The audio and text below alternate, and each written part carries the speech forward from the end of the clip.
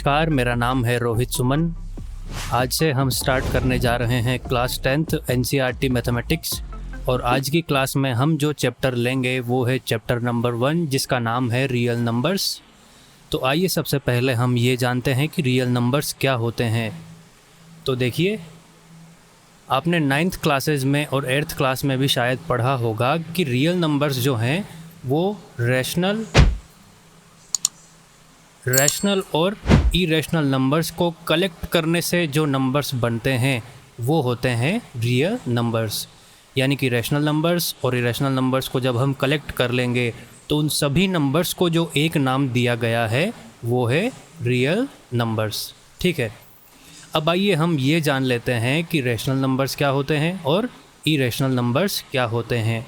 तो सबसे पहले देखिए, हम ये जो डेफिनेशन हमने पढ़ी है इसको हम इस तरह से लिख सकते हैं कि real numbers equals to rational numbers plus irrational numbers. अब ये प्लस जो है इसका मतलब ये नहीं कि हमें रैशनल में इरेशनल को ऐड करना है या जोड़ना है, नहीं। ये सिर्फ याद करने का, मेमोराइज़ करने का एक तरीका है कि अगर हम रैशनल नंबर्स और इरेशनल नंबर्स को एक साथ कलेक्ट कर लें तो हमें रियल नंबर्स मिल जाएंगे। ठीक है, अब सबसे पहले हम बात करते हैं रैशनल नंबर्स की। तो देखिए, रैशनल नंबर्स क्या होते हैं? Any number which can be expressed as p by q, यानी कि जो भी नंबर हम p बाय q की फॉर्म में एक्सप्रेस कर सकें वो हमारा रैशनल नंबर होता है। अब ये जो फ्रैक्शन है p बाय q, ये क्या होना चाहिए कि इसमें p और q जो हैं वो इंटीजर्स होने चाहिए। आपने पढ़ा होगा कि इंटीजर्स आपने पढ़ा होगा कि माइनस इनफाइनाइट से प्लस इनफाइनाइट तक के जो नंबर्स होते हैं वो सभी इंटीजर्स होते हैं। तो p और q जो हैं इन्हीं में से कोई एक इंटीजर होना चाहिए। उसके अलावा q जो है वो ज़ीरो कभी भी नहीं होना चाहिए। अब ये q ज़ीरो क्यों नहीं होना चाहिए? देखिए, p हम इंटीजर ले सकते हैं, तो हमने p को ले लिया इंटीजर। 2 एक इंटीजर होता है, ठीक है। एग्जाम्पल मैं आपको समझा रहा हूँ। q अगर हम ज़ीरो ले लेते हैं तो आपने पढ़ा होगा कि किसी भी फ्रैक्शन में अगर डिनोमिनेटर ज़ीरो हो जाता है तो उस फ्रैक्शन का मतलब होता है नॉट डिफाइन, या आप इसको इन्फिनिटी कह सकते हैं। और इन्फिनिटी हमारा रैशनल नंबर नहीं होता है। तो इसलिए किसी भी फ्रैक्शन में q कभी भी ज़ीरो नहीं हो सकता है। आगे बढ़ते हैं हम इसके एग्ज़ाम्पल्स पे। तो रियल नंबर्स के एग्ज़ाम्पल्स क्या क्या हो सकते हैं? देखिए, 1/2 ये p/q की फॉर्म में है, 5/7 ये भी p/q की फॉर्म में है, 11/12 ये भी p/q की फॉर्म में है, 153 क्या ये p/q की फॉर्म में है? नहीं है। तो क्या हम इन्हें p/q की फॉर्म में बना सकते हैं? बिल्कुल। आप 5 को इस तरह से लिख सकते हैं 5/1, इसका मतलब अभी भी 5 ही होगा। तो ये p/q की फॉर्म में हो गया।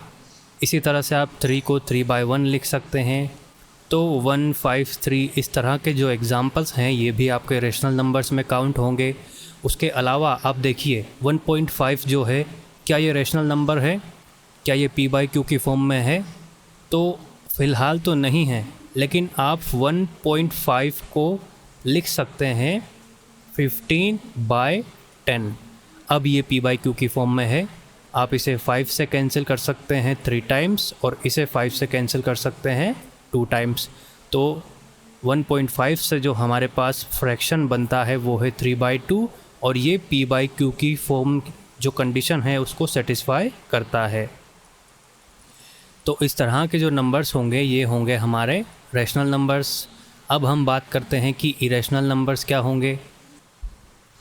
ओके, नेक्स्ट देखिए, नेक्स्ट हमारे पास है इरेशनल नंबर्स। तो इरेशनल नंबर्स क्या होते हैं? जस्ट जो रैशनल नंबर्स की डेफिनेशन है उसका उल्टा। रैशनल नंबर्स को हम p/q की फॉर्म में एक्सप्रेस कर सकते हैं और इसमें हम लिख देंगे cannot be expressed as p/q। ठीक है, आगे देखिए इसके एग्ज़ाम्पल्स क्या होते हैं। तो इसके एग्ज़ाम्पल्स में सबसे पहले है पाई, फिर रूट वाली जो संख्याएं होती है, स्पेशली रूट में जो प्राइम नंबर्स होते हैं, ये जो संख्याएं होती है, ये जो नंबर्स होते हैं ये इरेशनल नंबर्स होते हैं। अब पाई, √2, √3, √5 इस तरह के नंबर्स इरेशनल क्यों होते हैं, आइए देखते हैं। तो देखिए, पाई जो है इसका डेसिमल एक्सपेंशन कुछ इस तरह का होता है और ये कभी भी रुकता नहीं है। सिमिलरली √2 का जो डेसिमल एक्सपेंशन है 1.4142135623730950 इस तरह का होता है और ये भी कभी भी नहीं रुकता है। सिमिलरली √3 का जो डेसिमल एक्सपेंशन है 1.7320508075688772 ये भी चलता ही रहता है। कहने का मतलब ये है कि ये जो नंबर्स हैं इन सभी के डेसिमल एक्सपेंशन नॉन टर्मिनेटिंग और नॉन रिपीटिंग हैं, इसलिए ये सभी इरेशनल में काउंट होते हैं। अगर इनका डेसिमल एक्सपेंशन नॉन टर्मिनेटिंग तो चलो ठीक है, लेकिन अगर रिपीटिंग भी होता, नॉन टर्मिनेटिंग व रिपीटिंग होता, तो हम इसे रैशनल में कंसिडर कर लेते। ठीक है। अब दूसरा सवाल ये उठता है कि इन नंबर्स को हम p/q की फॉर्म में एक्सप्रेस क्यों नहीं कर सकते हैं। तो हमने जो एग्ज़ाम्पल लिया था रैशनल नंबर्स में, सपोज़ उसी तरह का एक और एग्ज़ाम्पल है 7.25। इसको हम p/q की फॉर्म में कैसे लिख सकते हैं, 725/100। पॉइंट के बाद 2 डिजिट्स हैं तो हमने 2 ज़ीरो लगा दिए। इसको जब हम थोड़ा सॉल्व करेंगे तो हमें मिलेगा, ये 5 से कैंसिल होता है या 25 से आप कैंसिल कर सकते हैं। 25 से 2 टाइम 50 और 2 to 5 आपको मिलेगा 9 टाइम्स, नीचे 4। तो इसको जब हम p/q की फॉर्म में एक्सप्रेस करेंगे तो हमें मिलेगा 29/4।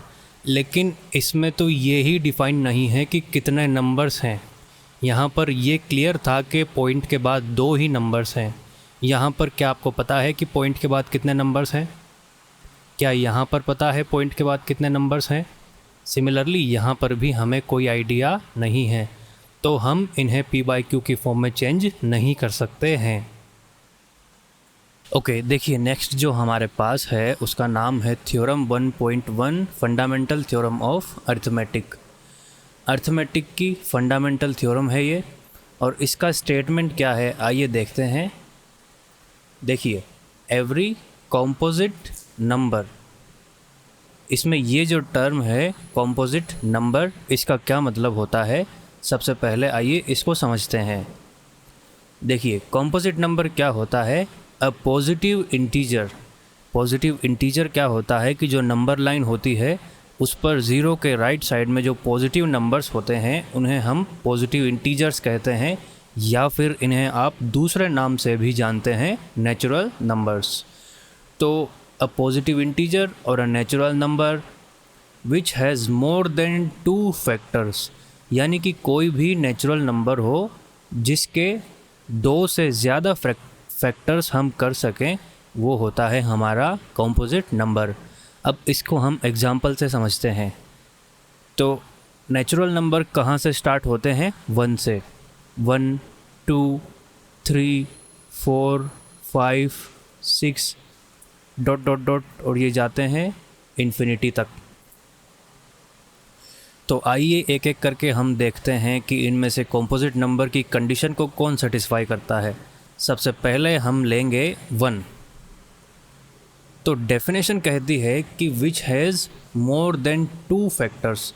तो 1 के क्या क्या फैक्टर्स हैं, 1 का एक ही फैक्टर्स है 1। 2 के क्या क्या फैक्टर्स हैं, 2 का है 1 और 2। अब देखिए, ये कहता है कि मोर देन 2 फैक्टर्स होने चाहिए, इसके पास तो एक ही है, तो क्या ये कॉम्पोजिट नंबर है, नहीं। मोर देन 2, इसके पास 2 हैं लेकिन 2 से ज़्यादा नहीं है, हमें चाहिए मोर देन 2, तो क्या ये कॉम्पोजिट नंबर होगा, नहीं।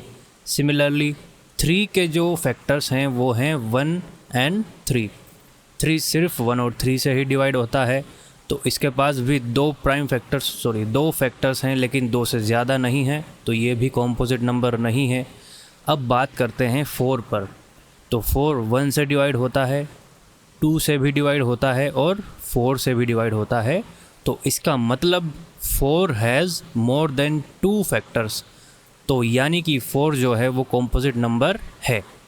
5 को देख लीजिए, 5, 1 और 5 इन 2 नंबर्स के अलावा और किसी से भी डिवाइड नहीं होता है। 6 किस किस से डिवाइड होता है देखिए, 1 से भी डिवाइड होता है, 2 से, 3 से और 6 से डिवाइड होता है।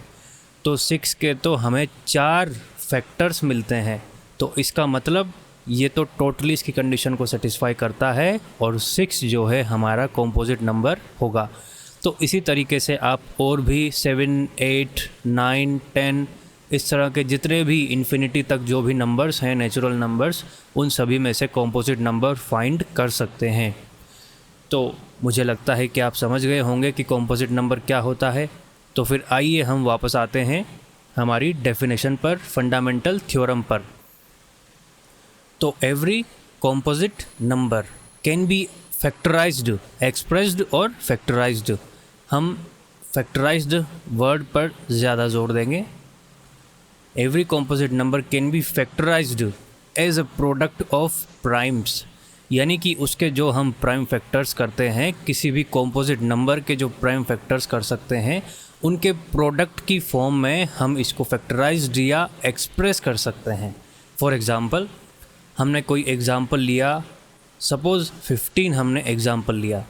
अब इसके फैक्टर्स क्या होते हैं?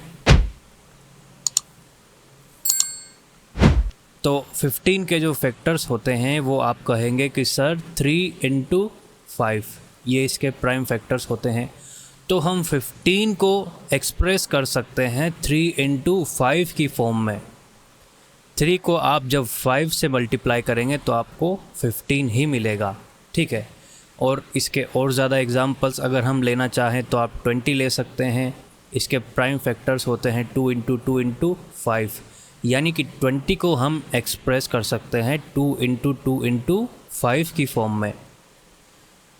आइए डेफिनेशन को आगे पढ़ते हैं, स्टेटमेंट को। And this factorisation is unique. ये जो फैक्टराइजेशन हमने किया है ये यूनिक होता है। हर एक नंबर का आप फैक्टराइजेशन करेंगे तो यूनिक होगा। जैसे कि हमने 20 का फैक्टराइजेशन किया तो हमें 2 × 2 × 5 मिला, 15 का किया तो हमें मिला 3 × 5। इसी तरह से अगर हम 25 का फैक्टराइजेशन करेंगे तो हमें मिलेगा 5 × 5। तो इस स्टेटमेंट का मतलब है कि हर एक नंबर का फैक्टराइजेशन यूनिक होता है, अलग अलग होता है। अपार्ट फ्रॉम दी ऑर्डर, यानी कि इनका जो ऑर्डर है ये आप चेंज कर सकते हैं। तो स्टेटमेंट को ध्यान से समझिएगा कि इनका जो फैक्टराइजेशन है वो तो यूनिक होता है, यानी कि वो कभी भी दूसरा नंबर में रिपीट नहीं होगा, लेकिन इनका जो ऑर्डर है वो हम चेंज कर सकते हैं। यानी कि यहाँ पर लिखा हुआ है 3 × 5, तो इसको हम लिख सकते हैं 5 × 3। हमने ऑर्डर चेंज कर दिया, लेकिन ऑर्डर चेंज करने के बाद भी अगर हम 5 × 3 करेंगे तो हमें स्टिल 15 ही मिलेगा। यहाँ पर अगर हम ऑर्डर चेंज करें, 5 को सपोज़ मैंने आगे लिख दिया, इसको मैं बीच में और लास्ट वाले 2 को मैं लास्ट में लिख देता हूँ, तो भी इनका प्रोडक्ट हमें 20 ही मिलेगा। ये तो दोनों सेम हैं ही, तो इनका तो अगर आप ऑर्डर चेंज कर देंगे तो भी कुछ खास फ़र्क नहीं पड़ेगा और आपको 25 ही मिलेगा। तो स्टेटमेंट को वापस से देखिए। Every composite number can be factorised as a product of primes. तो इन प्राइम्स के प्रोडक्ट की फॉर्म में हम इसको एक्सप्रेस कर सकते हैं। 20 को हम इसके प्राइम्स के प्रोडक्ट की फॉर्म में एक्सप्रेस कर सकते हैं, 25 को इसके प्राइम्स के प्रोडक्ट की फॉर्म में एक्सप्रेस कर सकते हैं। And this factorisation is unique, और ये जो फैक्टराइजेशन है हर एक नंबर का अलग होता है, यूनिक होता है। Apart from the order in which the prime factors occur, यानी कि इनका जो ऑर्डर है इनको आप चेंज कर सकते हैं, आगे पीछे लिख सकते हैं, उससे कोई फ़र्क पड़ने वाला नहीं है। तो ये थी हमारी फंडामेंटल थ्योरम ऑफ अरिथमेटिक। इसके बाद आता है हमारे पास एग्ज़ाम्पल 1, जिसे हम देखेंगे नेक्स्ट क्लास में। तो मैं उम्मीद करता हूँ कि आज हमने जो भी पढ़ा वो आपको ज़रूर समझ आया होगा। इसके आगे की बात हम करेंगे पार्ट 2 में। Thanks for watching.